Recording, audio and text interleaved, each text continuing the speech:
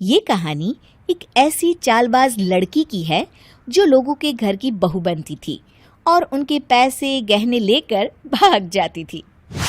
हाय, किसी की नजर ना लगे गायत्री, तेरी बहू तो चांद का टुकड़ा है।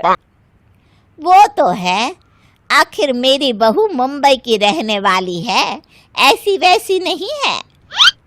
काश मेरे बेटे के लिए भी ऐसी ही लड़की मिल जाए, तब तो मैं महादेव के मंदिर में भंडारा करूंगी।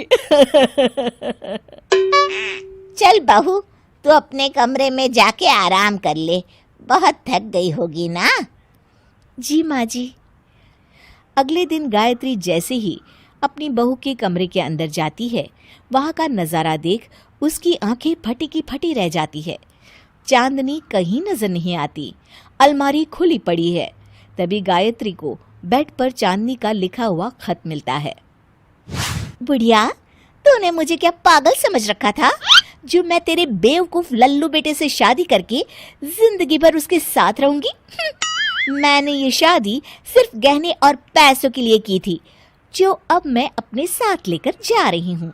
मुझे ढूंढने की बेकार कोशिश मत करना। अब की प्यारी बहू चांदनी। हाय, मैं लुट गई, बर्बाद हो गई। मेरी बहू तो धोखेबाज निकली, रातों रात मेरे गहने पैसे लेकर भाग गई। हाय, मेरी तो नाक कट गई। अब मैं लोगों को क्या मुंह दिखाऊंगी? अरे तुझे तो मैं कभी नहीं छोड़ूंगी, कसम है मुझे मेरी माँ की। मैं तुझे पाताल से भी ढूंढ निकालूंगी चांदनी। जय भद्रकाली। दूसरी तरफ चांदनी रेलवे स्टेशन पर बैठी पैसे गिन रही होती है। तब चांदनी का नकली भाई कहता है, ये दुनिया ना एक सुपरमार्केट की तरह है। जब तक इस मार्केट में सुंदर बहू की डिमांड रहेगी, तब तक हमारा बिजनेस ऐसा ही चलता रहेगा।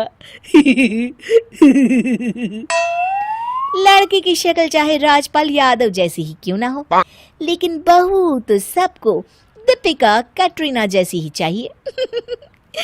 अब मैं चली दिल्ली अपने अगले शिकार की तलाश में। इस तरह वे दोनों अलग अलग शहरों में जाकर लोगों को बेवकूफ बनाते और उनको ठग लेते। देखो माँ, मैंने अपनी शादी का इश्तिहार अखबार में दे दिया है। अब तुम देखना, तुम्हें एक सर्वगुण संपन्न बहू मिल जाएगी। तभी दरवाजे की घंटी बजती है। दरवाजे पर चांदनी अपने भाई के साथ मौजूद होती है। नमस्ते, आपका नाम विशाल है? जी हाँ, लेकिन आप कौन हैं? जी, आपने अपनी शादी के लिए अखबार में जो इश्तिहार दिया था ना, वो मैंने पढ़ा। मुझे ना आपका प्रोफाइल बहुत पसंद आया। मैं अपनी बहन की शादी आपसे करवाना चाहता हूँ। देखिए, मैं अपनी बहन को भी साथ ले आया हूँ। विशाल और उसकी माँ चांदनी की खूबसूरती को देख मंत्रमुग्ध हो जाते हैं। क्यों माँ, कैसी है ये लड़की? तुम्हें पसंद है? अरे कुछ मत पूछ बेटा, ये तो चांद का टुकड़ा है। इतनी सुंदर लड़की तो मैंने आज तक नहीं देखी। इस तरह विशाल की माँ चांदनी को अपनी बहू बनाने का फैसला कर लेती है और दोनों की शादी की तैयारियां शुरू हो जाती है। क्या जी, आपने मेरे लिए इतना मामूली और सस्ता हार पसंद किया? अरे जरा इसके डिजाइन तो देखो, आजकल लोग इसे ही सबसे ज्यादा खरीदते हैं।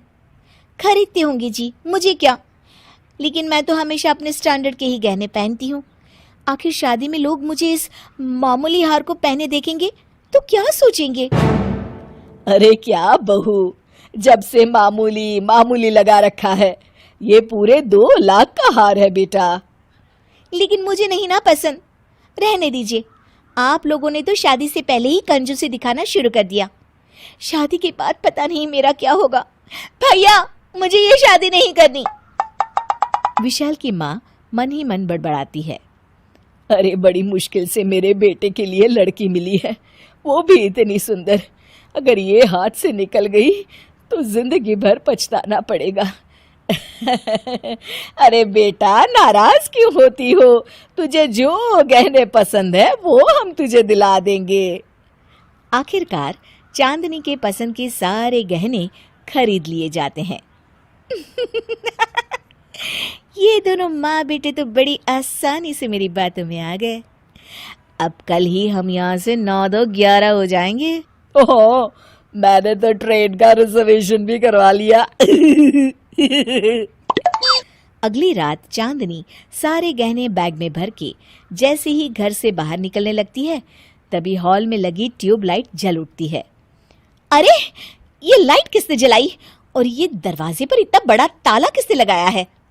मैंने लगाया है। अचानक गायत्री को सामने खड़ी देख चांदनी के होश उड़ जाते हैं। क्यों रे चोटी कहीं की, तुमने क्या सोचा? तो इस बार भी सब कुछ लूट के चली जाएगी है? हमें तो तुझ पर पहले ही शक हो गया था। हम तो तुझे रंगे हाथों पकड़ना चाहते थे। अपना भांडा फूटता देख चांदनी घुटनों पर आ जाती है। अरे मर गई रे, ये क्या हो गया? आप लोग मुझे माफ कर दीजिए। माफी तो अब तो पुलिस से मांगना। बाहर खड़ी पुलिस तेरा इंतजार कर रही है, अब तेरी खैर नहीं। अब मेरा क्या होगा?